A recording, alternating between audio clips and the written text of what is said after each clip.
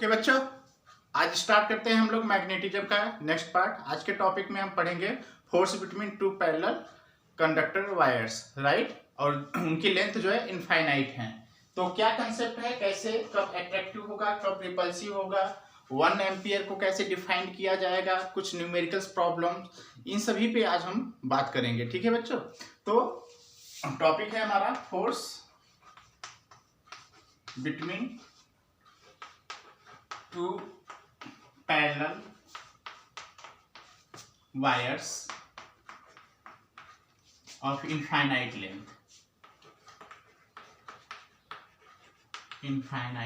length carrying current I1 and I2.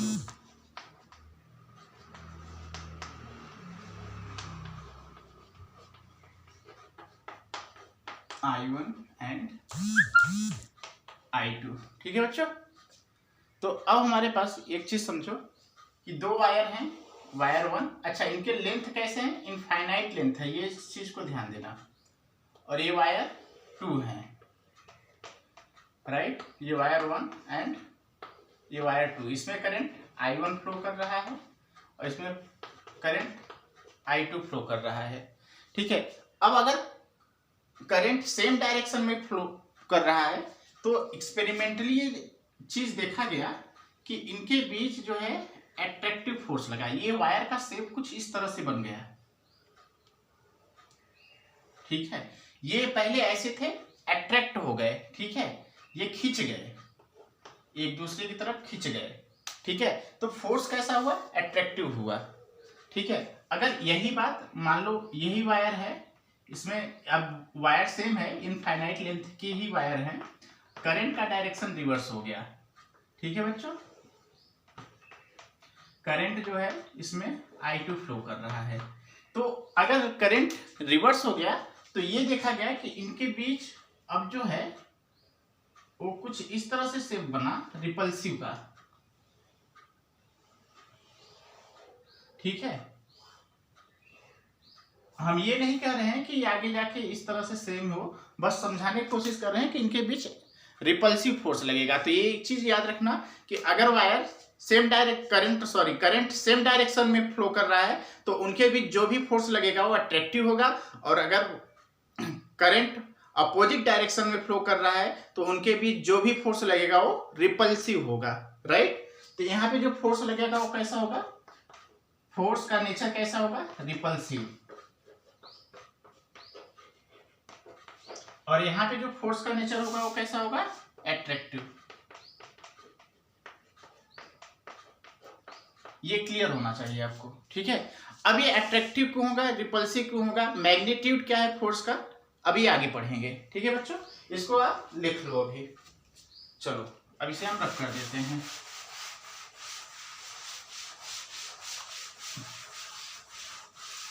आप लोगों से रिक्वेस्ट है कि अगर आप हमारे चैनल पे नए हैं तो जो है चैनल को सब्सक्राइब करो, अपने दोस्तों के साथ भी शेयर करो, और इस वीडियो को जो है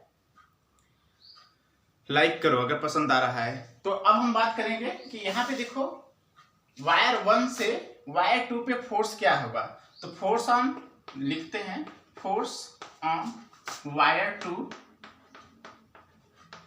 ड्यू टू वायर 1,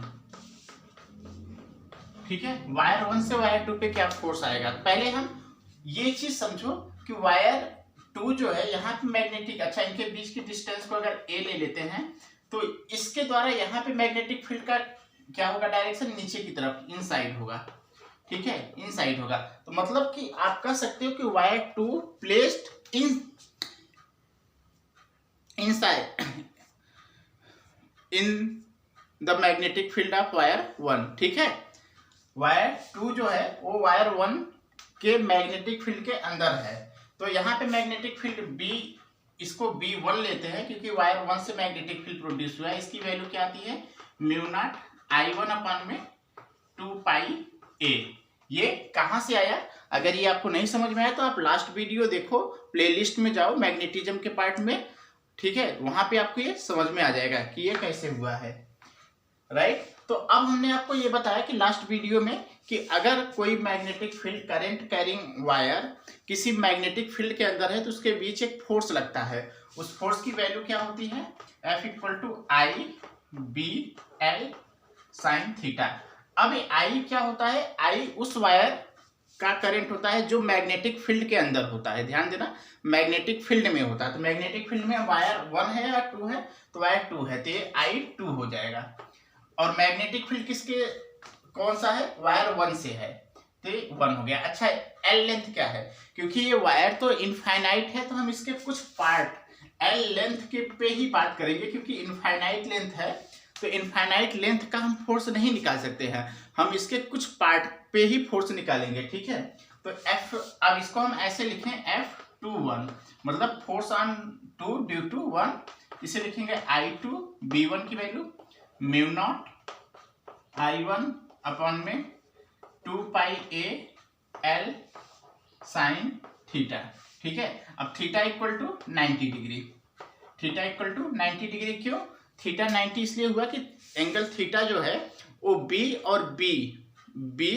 और L मतलब लेंथ और मैग्नेटिक फील्ड के बीच का एंगल होता है। तो मैग्नेटिक फील्ड किधर है, अंदर की तरफ, और लेंथ किधर है, ऐसे ऊपर की तरफ, दोनों के बीच 90 डिग्री हो जाएगा।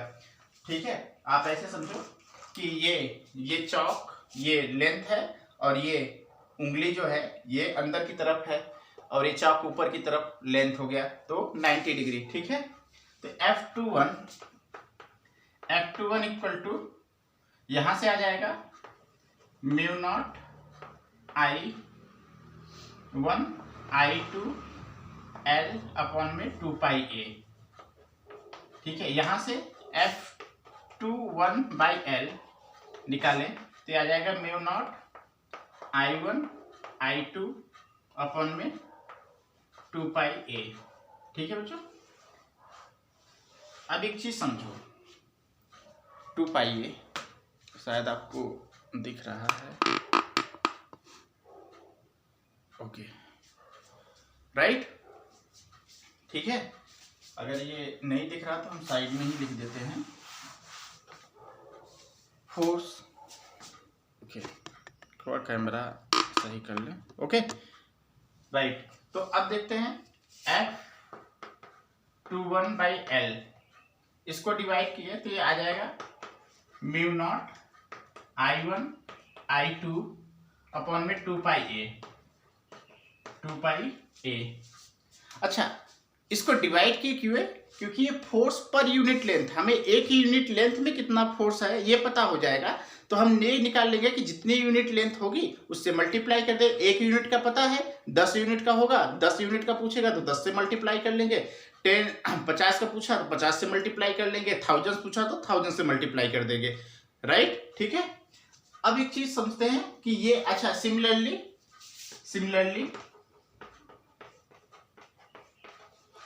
अगर हम बात करें वायर 2 से वायर 1 पे, force on wire 2, force on wire 1 due to 2, तो सेम चीज करेंगे, पहले यहाँ पे मैग्नेटिक फील्ड निकालेंगे। अच्छा, मैग्नेटिक फील्ड इस वायर से यहाँ पे क्या आएगा, तो बाहर की तरफ देखो, कैसा बाहर की तरफ आ रहा है ना, ये देखो खटाक खटाक बाहर। ठीक है, बाहर की तरफ आ रहा है तो यहाँ पे मैग्नेटिक फील्ड बाहर की तरफ हो जाएगा, ये डॉट का मतलब बाहर की तरफ। अच्छा, इसे B2 लिखते हैं, B2 की वैल्यू क्या आएगी, B2 की वैल्यू आएगी μ0 I2 ये वाला अपॉन में 2πA राइट। अब यहाँ पे हम इसी तरफ फोर्स निकाल लेंगे, ये वाला फोर्स लिखेंगे, यहाँ पे I1 निकाल लेंगे, चाहे तो आप लिख लो फोर्स F = लिखेंगे I1 B2L sin थीटा। ठीक है, I1, अब यहाँ पे मैग्नेटिक फील्ड, यहाँ का करंट, और ये B2 यहाँ पे रखेंगे, इसे लिखेंगे 1/2, फोर्स ऑन 1 ड्यू टू 2, तो F12 आ जाएगा आपका, सेम चीज आ जाएगा यही। ठीक है, वैल्यू रख के आप चेक कर लेना, I1 I2 अपॉन में 2πA, इधर L कर लिए, सेम चीज। तो देखो रिजल्ट सेम आया है। ठीक है, रिजल्ट सेम आया है। अब एक चीज ये समझेंगे कि इसका नेचर कैसा है, डायरेक्शन क्या है इस फोर्स का। तो डायरेक्शन के लिए आप right hand thumb rule use करो। तो ये ऐसे लो और ये पूरा उंगली, चारों ये उंगली इनसाइड द मैग्नेटिक फील्ड, और ये थंब को करंट के डायरेक्शन में रखो। तो ये देखो, और ये थंब को करंट के डायरेक्शन में रखोगे तो ये पाम का डायरेक्शन, ये वाला, ये आपको फोर्स का डायरेक्शन बताएगा। तो देखो फोर्स का डायरेक्शन किधर है, इधर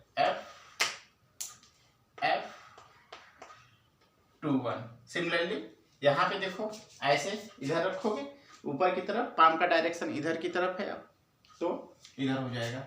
तो F12, राइट, ये डायरेक्शन हो गया। तो इसलिए देखो ये एक दूसरे को ऐसे खींच रहे हैं, तो इसीलिए क्या हो गए, अट्रैक्ट हो गए। ठीक है, अब अगर हम बात करें, इसको नोट कर लो आप लोग, राइट। कहीं पे अगर दिक्कत हो रहा है तो मुझे बता दो।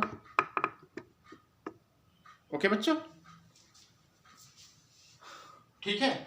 अब अगर यही डायरेक्शन हम उल्टा कर दे, मान लो इसे हम रब कर देते हैं और करंट की डायरेक्शन को हम रिवर्स कर दें,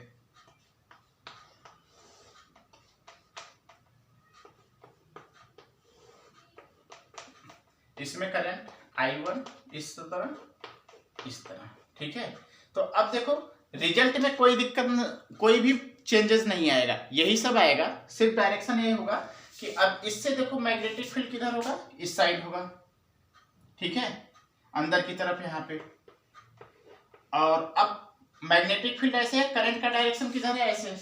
तो अब देखो पाम का डायरेक्शन किधर होगा, इधर, ऐसे है ना, बाहर की तरफ। तो अब इधर जो फोर्स लगेगा वो कैसे लगेगा, F21 इधर। सिमिलरली इधर फोर्स F12। तो दोनों देखो बाहर की तरफ आ रहे हैं, रिपल कर जाएंगे, ठीक है, रिपल कर जाएंगे ना, इसलिए जो है ये कैसा है, रिपल्सिव फोर्स का नेचर। तो आपको यहाँ पे याद रखना है कि रिपल्सिव तब होगा जब जो है करंट का डायरेक्शन दोनों वायर में क्या हो, अपोजिट डायरेक्शन में हो। अट्रैक्टिव तब होगा जब करंट का डायरेक्शन दोनों वायर में सेम डायरेक्शन में हो, ठीक है। चलो अब यहाँ पे कुछ और बातें करेंगे बच्चों, इन्हीं रिजल्ट का यूज करके। चलो अब अगर हमारे पास फोर्स है F, हम सीधा या फिर लिखते हैं μ0 F/L, μ0 I1 I2 अपॉन में 2πa, राइट। तो अब एक चीज समझो कि if I1 equal to I2 equal to 1 ampere, 1 ampere काफी बड़ी करंट है, इसे आप छोटे में हल्के में मत लेना, क्योंकि जो हमारे घरों में मैक्सिमम करंट आ सकता है वो 30 एम्पियर तक आ सकता है, ठीक है। इंडस्ट्रीज में अलग अलग हैं, ठीक है। तो यहाँ से और A इक्वल टू हम रख ले क्या, 1 मीटर। तो हमारे पास F/L की वैल्यू आएगी μ0 अपॉन में 2π, जिसकी वैल्यू क्या होती है 2 × 10⁻⁷, अच्छा, न्यूटन पर मीटर, न्यूटन पर मीटर। देखो फोर्स न्यूटन पर मीटर। तो हम 1 एम्पियर को कैसे डिफाइन करेंगे, 1 ampere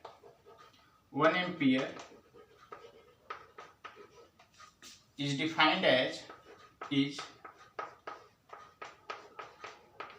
defined as the current flow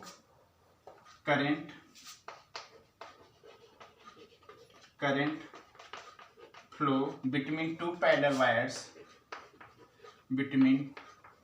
two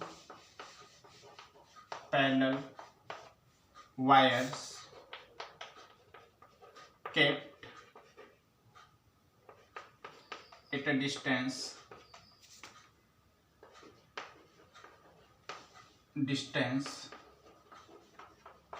1 meter apart produce attractive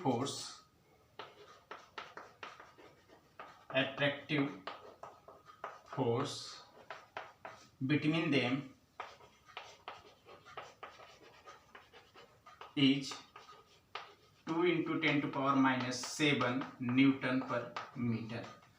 मतलब क्या है, मतलब ये है बच्चों कि ये वायर है, इनके में अगर 1 मीटर की डिस्टेंस पे रखे गए हैं तो इनमें इतनी फोर्स लगेगा जब इसमें 1 एम्पियर की करंट फ्लो करता रहेगा। तो इनके बीच जो है 2 × 10⁻⁷ न्यूटन पर मीटर का पर यूनिट लेंथ पे इतना फोर्स लगेगा। ठीक है, तो ये पूरा जो है कंसेप्ट है, आप इसको लिख लो। ठीक है, इसको लिख लो अच्छे से। अब न्यूमेरिकल्स पे बात करेंगे। इसके बाद देखो 2 टॉपिक और इस चैप्टर में बचता है, सोलेनॉइड और टोरॉइड। तो एक लेक्चर में वो कंप्लीट हो जाएगा। फिर हम लास्ट प्रीवियस ईयर के कुछ न्यूमेरिकल्स करेंगे। ओके बच्चों, तो अभी कुछ क्वेश्चन हम कराते हैं इसमें।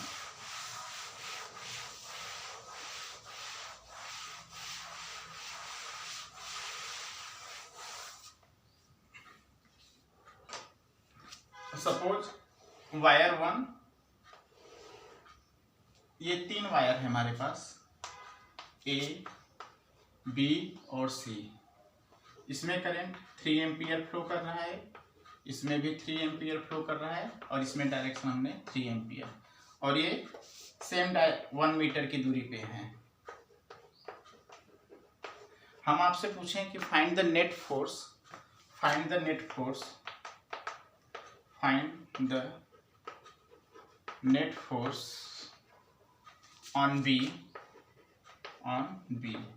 तो अब बी पे देखो, ए से फोर्स सेम डायरेक्शन में है तो अट्रैक्टिव फोर्स लगेगा, इधर लगेगा। क्या होगा ये?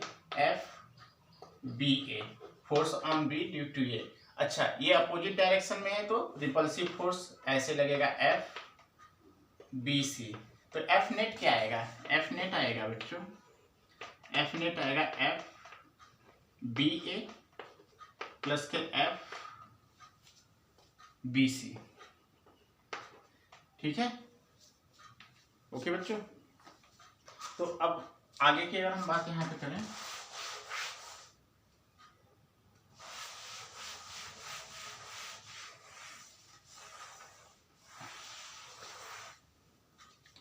तो अब बात एफ बी ए, तो फोर्स वही एफ बी ए पर यूनिट लेंथ की बात करें, इनकी अगर यूनिट लेंथ, तो वही आ जाएगा। क्या आएगा? μ0 I1 I2 अपॉन में 2 पाई ए, राइट। और सेम फोर्स यहाँ भी आएगा, सेम यहाँ भी आएगा, यही चीज आएगा, प्लस के μ0, आप चाहो तो 2 से मल्टीप्लाई कर लो, 2 पाई ए, राइट। यहाँ पे हमने एल, ये ए जो वायर की लेंथ है वो 1 मीटर है। ठीक है, तो 1 मीटर पे पर यूनिट लेंथ पे हमने बात कर लिया है, राइट। तो यहां से μ0 अपॉन में 2 पाई ए, सॉरी सेम, देखो करंट वगैरह सब सेम है तो बस अब वैल्यू रख लो यार। ये 2 μ0 अपॉन में 2 पाई की वैल्यू 2 × 10⁻⁷, I1 की वैल्यू 3, I2 भी 3, और ये ए क्या? तो ए तो 1 मीटर है, डिवाइड बाई 1, प्लस के 2 × 10⁻⁷, 3 × के 3। तो ये बस अब इनको ऐड कर लो, 3 9 9 18, 36 × 10⁻⁷ न्यूटन पर मीटर। ये फोर्स लगेगा एफ बाई एल की अगर हम बात कर लें चाहे तो 1 मीटर। ठीक है, पर यूनिट लेंथ आपके ये फोर्स लगेगा। अब आपका काम जो है, होमवर्क अगर हम आपको दूं तो आपको लगाना है force, net force F net on wire A and wire C. ठीक है, इस पे नेट फोर्स आपको बताना है। अगर कहीं पे डाउट हो रहा है, नहीं समझ में आया, तो कमेंट बॉक्स में लिखो, उसका आपको जो है सॉल्यूशन मिल जाएगा, राइट बच्चों। Thank you for watching this video.